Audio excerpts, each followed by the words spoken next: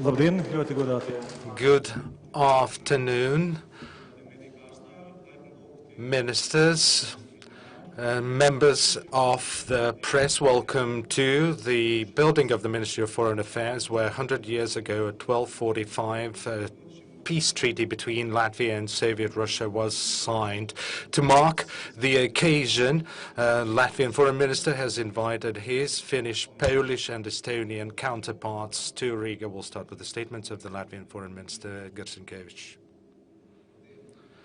Good afternoon, dear members of the press, dear colleagues. I would like to start by thanking, first of all, my Estonian, Polish and Finnish colleagues for finding the time and accepting my invitation to come to Latvia to mark an event which was crucial for all of our countries. Signing of the Latvian-Soviet Peace Treaty marked the end of the Latvian War of Independence, and we were helped by our Estonian friends and by our Polish friends, and our Finnish friends also came to our assistance. And 100 years after the event, we are marking this occasion with our friends, and it is the right way to do it, the best way to do it. Today, we are going to also attend a discussion hosted by the President of Latvia in the Riga Castle. We are also meeting today not only to discuss history, but also current issues,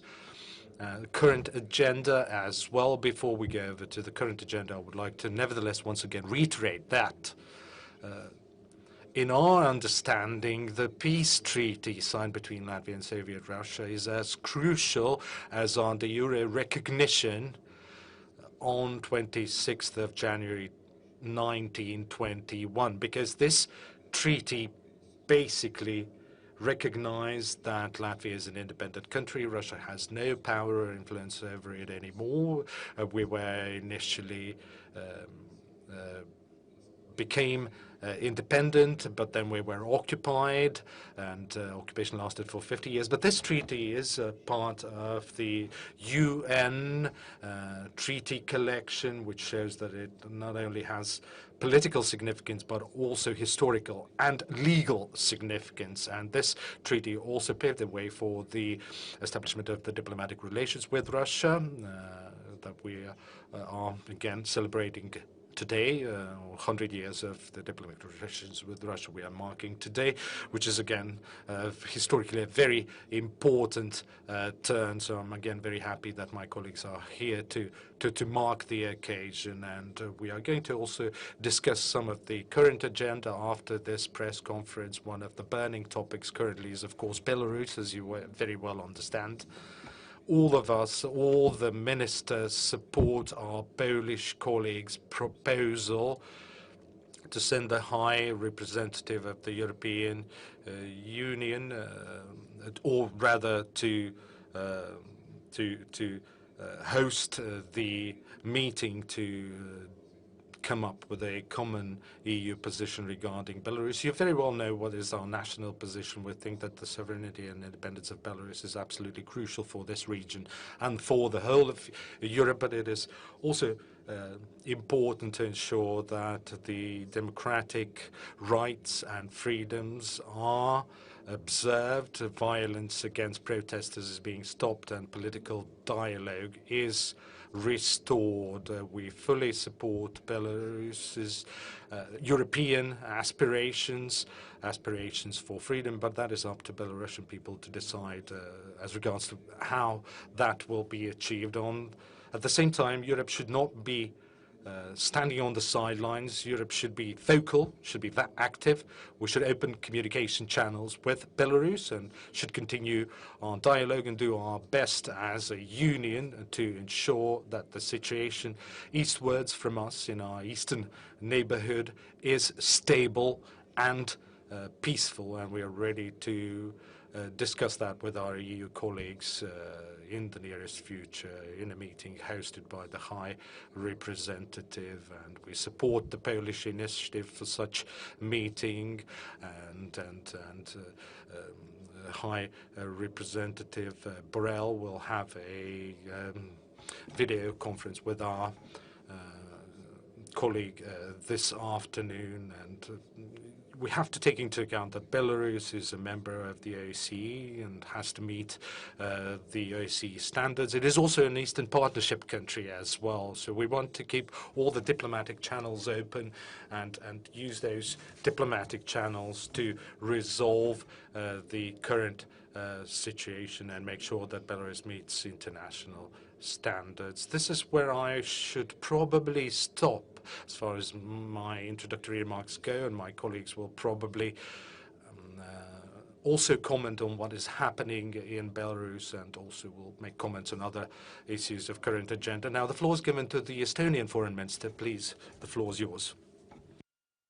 Thank you for inviting Edgars to that marvelous event, so important to Latvian people.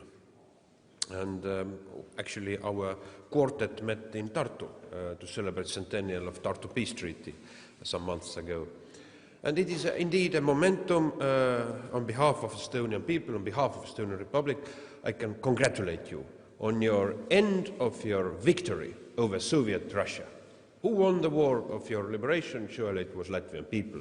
And we will, in Estonia, never forget the bravery of your men, your women in that fight. We stood also alongside in many, many battles in that case.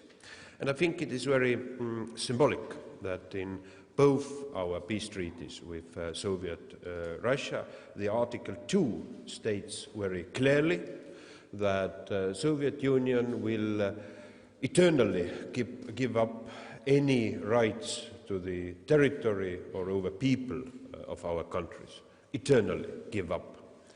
And, well, they forgot it when they signed secret protocols of Molotov-Ribbentrop Pact, and they have not reminded that in their history also, the government of Russia, as we see also, by the continuing attempts to falsify historical facts.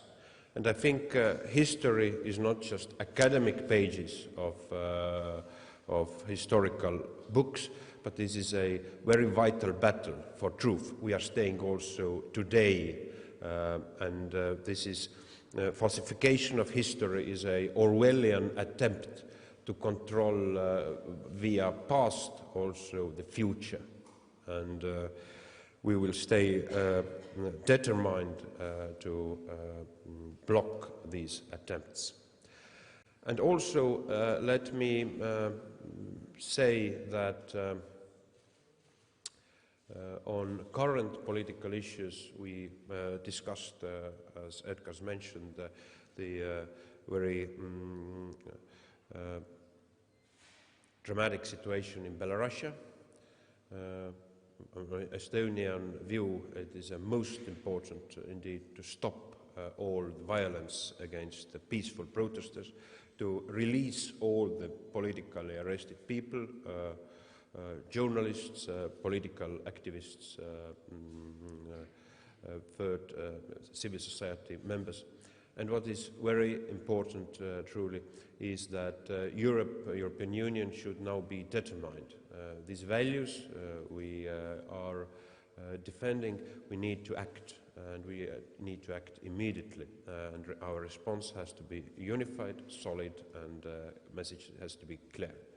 And surely, speaking about the so-called elections in Belarus, we can't consider as taking the context of the procedure, but also the independent observers' remarks, we can't consider them to be free and democratic elections, as international community didn't recognize the presidential elections of Belarus, also the last ones.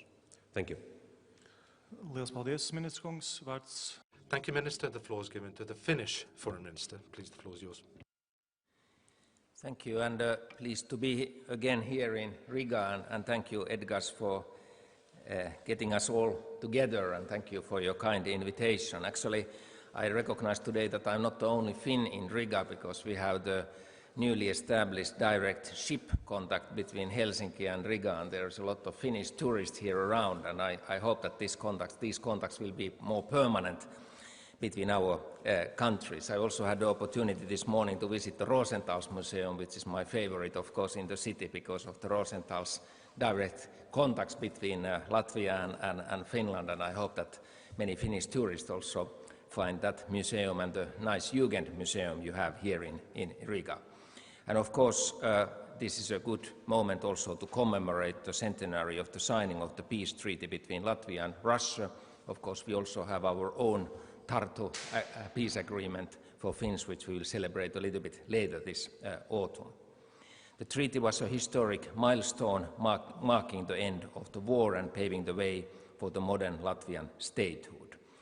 We are actually commemorating that agreement in the middle of another type of crisis, COVID-19 crisis, pandemic.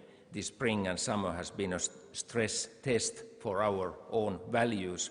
In the time of crisis, we need to adhere to our European and international commitments on the rule of law and human rights. Globally, the rules-based international order is more and more contested.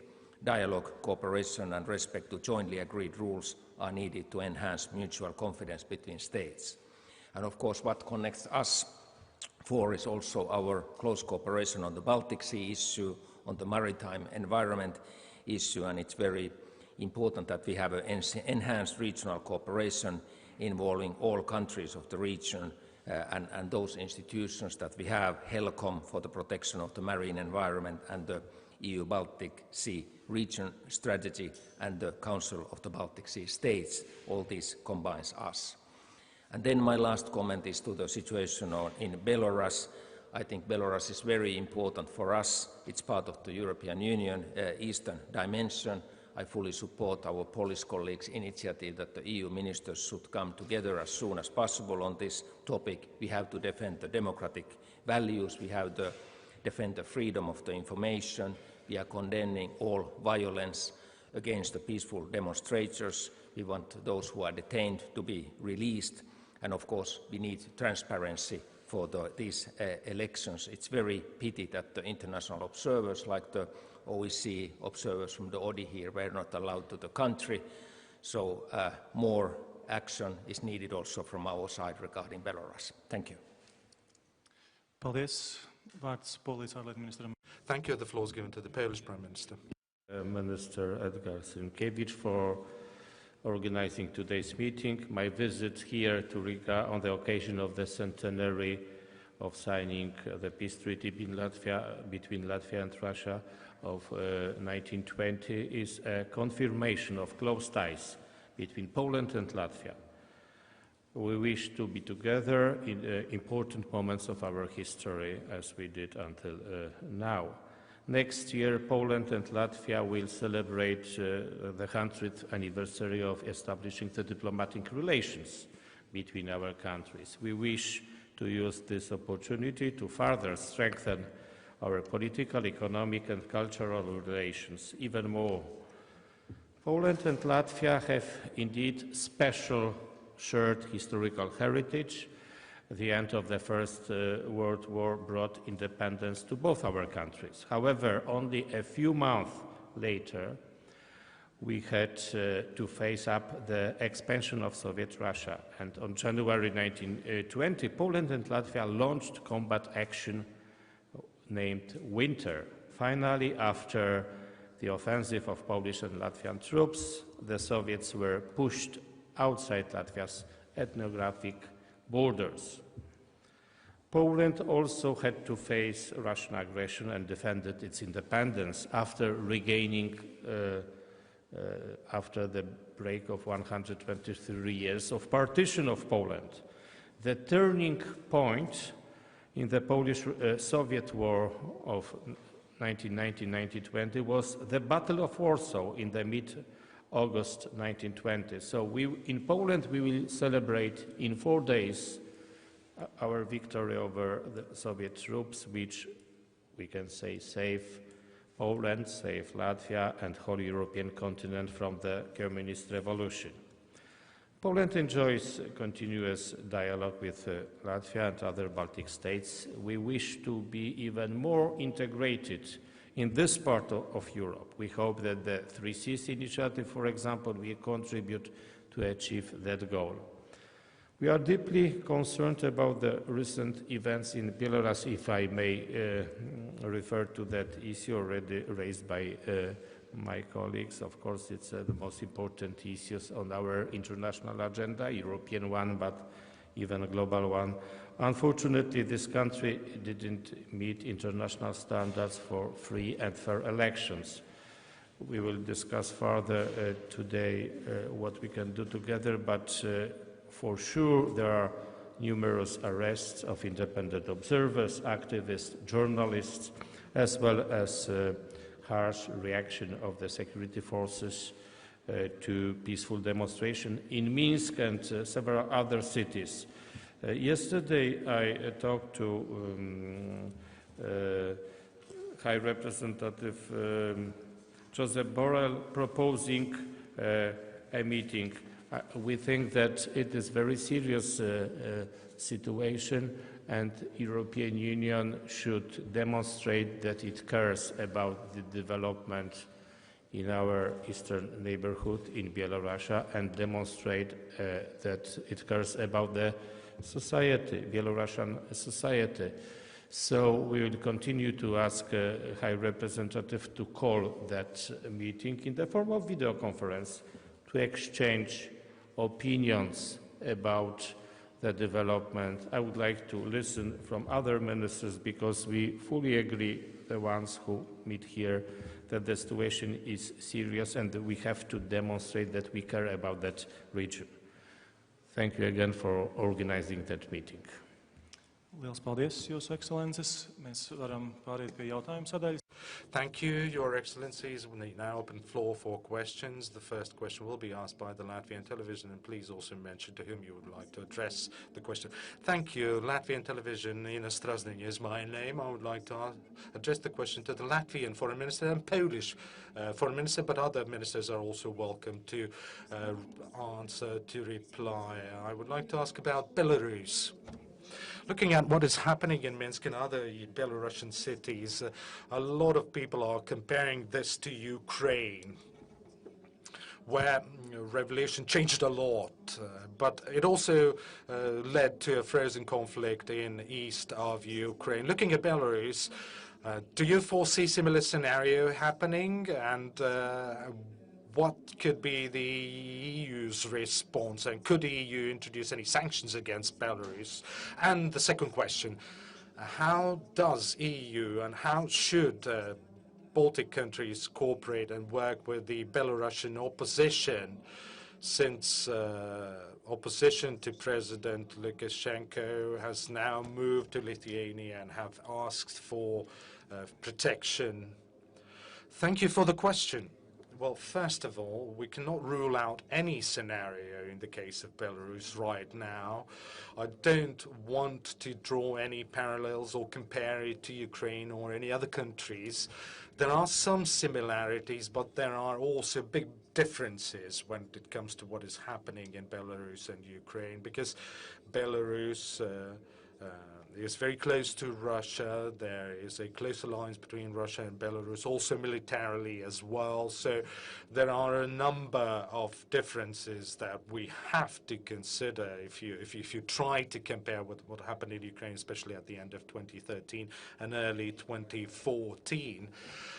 At the same time, there are very, very concerning developments that we have to, or, very serious, important developments that we have to take into account. People's protests and using force against people is no way forward. Although you can contain people for a while using force or violence, this will erupt in much more bigger movement later on. And one thing that we can learn from Ukraine is that using force against peaceful protesters is absolutely unacceptable. If you remember what happened in 2013, 2014, you might recall that there were months or weeks of escalation, and there was a real bloodshed in February when, all the protests and tensions peaked. So looking at what is happening in Belarus, I would say that there are some similarities, but very few, in fact. Of course, you can always find similarities, and you can always find, bigger differences between various developments and situations. As regards to EU position and sanctions, well, you see, I think we are here all of us are on the same wavelength, and my Polish colleague underlined it several times already. We are, first of all, looking forward to making sure that Belarus develops as an independent, sovereign country, and these developments are determined by the people of Belarus. We have to respect that. On the other hand, we also see how complex the situation is, and we have to keep the communication channels open, the communication channels with the Belarusian government and with the Belarusian opposition. I have to do our best to restore political dialogue as much as possible. And thirdly, if we keep all the options open, if we keep all the channels open, and if we use the sanctions which are in the EU toolbox, both personal or individual sanctions as well as political sanctions, we can of course engage those if red lines are crossed, if the situation worsens considerably. We can use those, but there is still room for diplomacy. There is still room for diplomatic resolution of current tensions at the moment, but that, of course, requires Belarusian president and government to accept that violence is no way forward, that political negotiations are the only option in this regard. Of course, if situation worsens, we might introduce sanctions or respond much more actively, but at the moment we are doing our best and focusing on peaceful resolution. We don't want to resort to sanctions, because in case of sanctions, Belarus will most probably be drawn closer to Russia, or Russia would try to exert certain influence over Belarus, and that is, of course, something that we don't want to see. We are happy to see that the presidential candidates rather, are safe. One of the requirements is to release political activists and journalists, so this is something that we are insisting upon. And yes, we are ready to engage in dialogue with opposition. We are ready to do whatever it takes to resolve current tensions, but it is obvious that we need to get Belarusians at the table, because Belarusian people are the makers of their own destiny, so they have to decide what their future is going to look like. We, of course, can offer them basic principles or the basic framework, to which, by the way, Belarus has agreed as a member of the OECD. It is not a member of the Council of Europe, but it is member of the OECD. So we still have all of the options available, all of the options on the table, but hopefully during the External Affairs meeting, which was proposed by Poland, we'll try to seek the possible ways forward. This is not, a sort of Twitter problem that you can solve by one tweet. Unfortunately, real life is much more complex. Thank you. The floor is given to the Polish Foreign Minister, please. Very important question. So how we see the situation in Belarus? So there are some immediate goals. We agree on that, which is stopping violence and simply calm down the situation. So we have to exert pressure on the authorities in Minsk to go that way. It will be also kind of a medium-term goal, which would be simply release political prisoners and restore human rights observance in Belarus. But also we can envisage kind of a far-reaching goal, which would be a dialogue, and we would like to encourage authorities in Minsk, a dialogue between the authorities and representatives of society, to get legitimacy and to involve them in the state affairs. The question was about Ukraine. Let me also say we are talking here about European Union's reaction.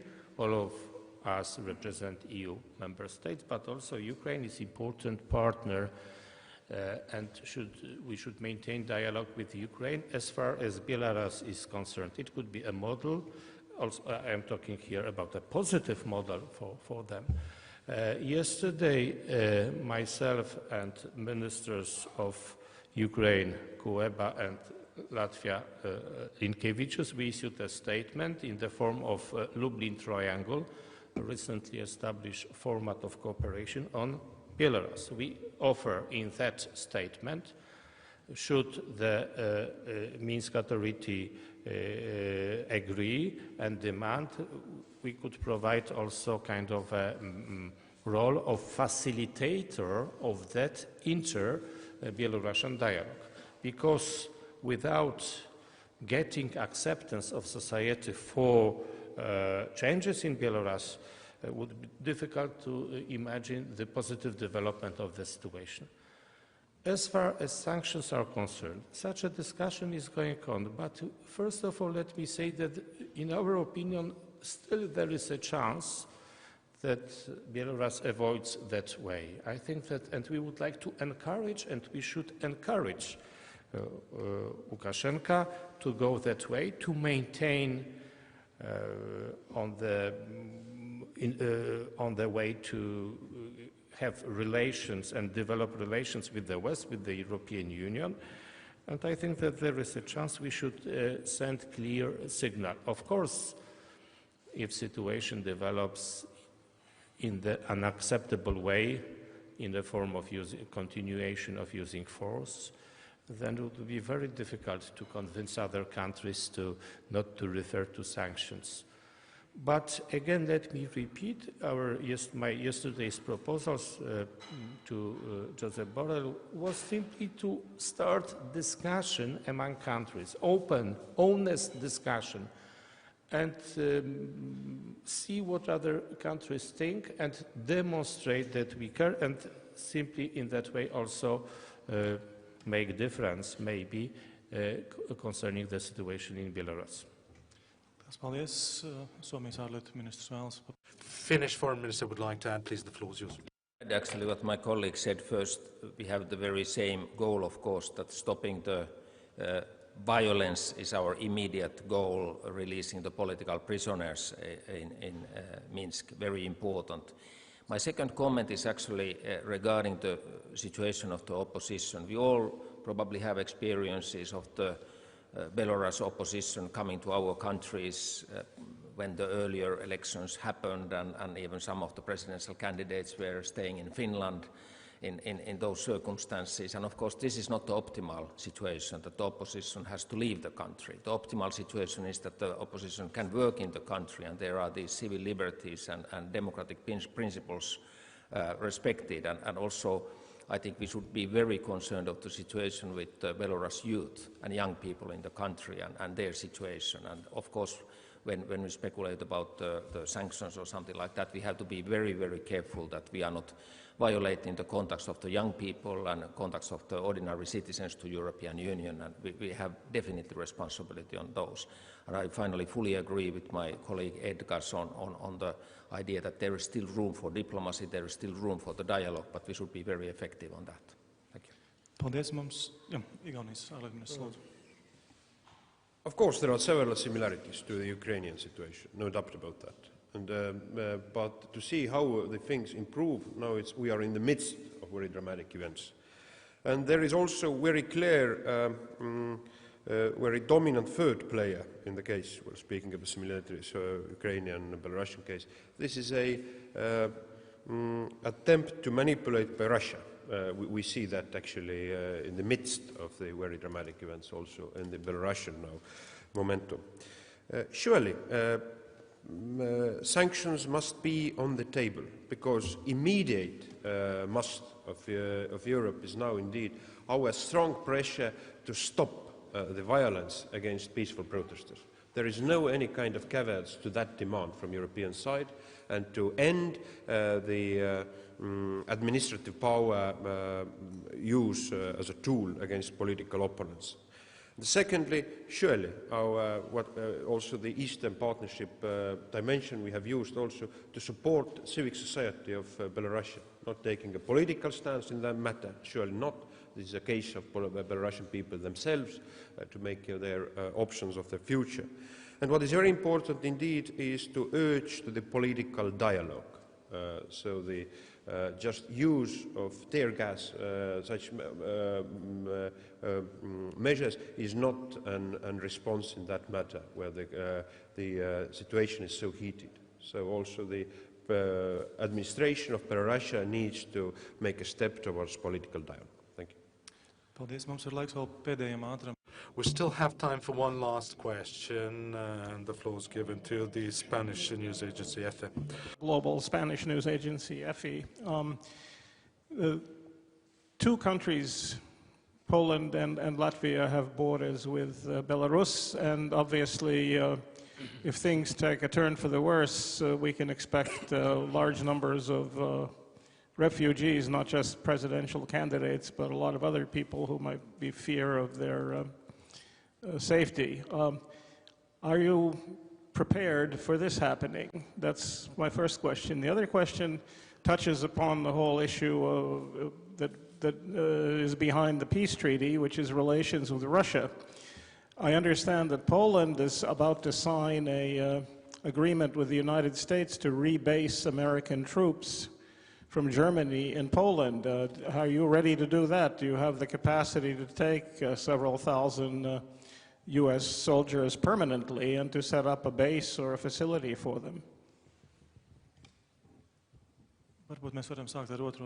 Maybe we can start with the second question, and the floor is given to the Polish Foreign Minister, please.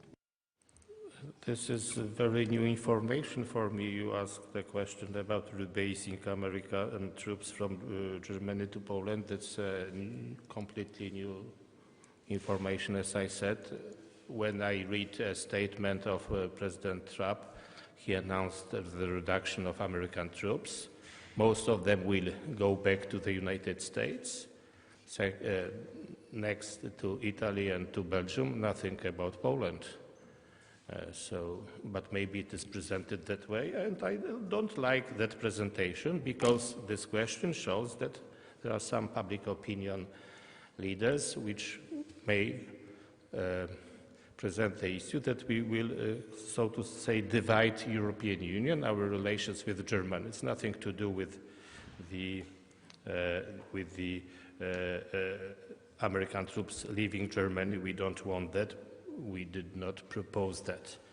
Indeed, we hope for signing an agreement with the United States, hopefully within a few days. During the visit of Secretary of State Mike Pompeo, we will sign an agreement of cooperation in military field between Poland and the United States. It is a consequence of the declaration signed by our presidents, Donald Trump and Andrzej Duda, more than a year ago. We want the American soldiers to be present in Poland.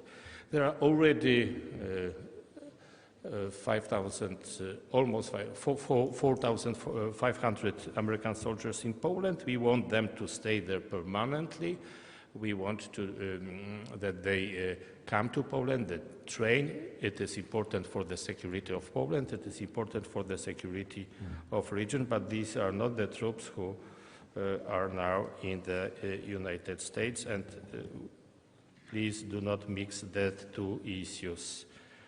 As far as the first question is concerned, we hope that it will be not a situation that a large number of refugees from Belarus are coming to Europe, to Poland. Indeed, we are very pleased with the opening and of the signing visa agreement with Belarus, because we think that the young Belarusians particularly, and also other members of society, should have a right to visit European Union, Poland, and it contributes to the stability, to learn about our standards, to study in Poland. It's already done. And as I said, we do not expect a large number of refugees. If it happens, of course, we will try to answer that need, and definitely they will not be left without any support from our country. It was the case during previous protests, when we received many Belarusians, particularly young ones, and provided them possibility for studying in Poland. But let me repeat, we do not expect that development. It would be a very negative one, and we hope that they may simply stay in their country and visit, if they wish, voluntarily the Western countries, including Poland.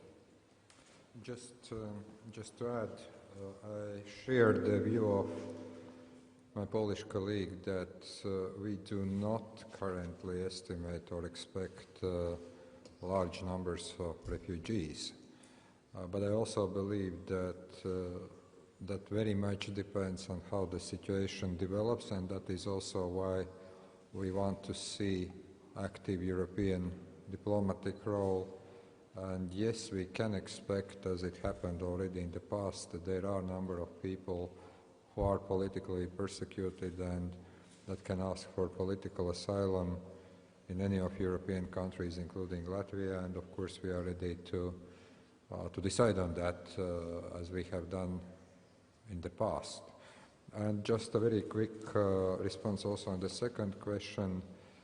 Look, I think that we share the view that American military presence in Europe is very important for both European security and transatlantic relations.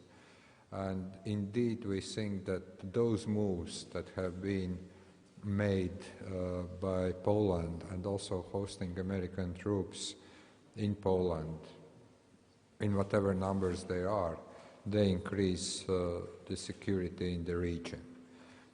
Definitely, we don't want to see this at the expense of other European friends and allies, but those are, of course, decisions that are being taken in Washington. However, we have discussed those issues many times with American allies, with our Polish allies, with our German allies, and also we touched upon this issue on 20th of July in Tallinn when we met with German Foreign Minister as the Baltic Trio, and also we discussed those issues.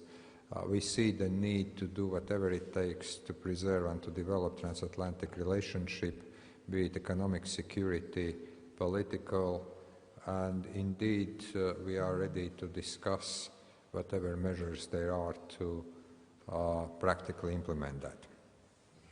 Lielas paldies, ar to arī mēs noslēgsim. Thank you. This concludes our joint press conference. Thank you, dear ministers. Thank you, members of the press.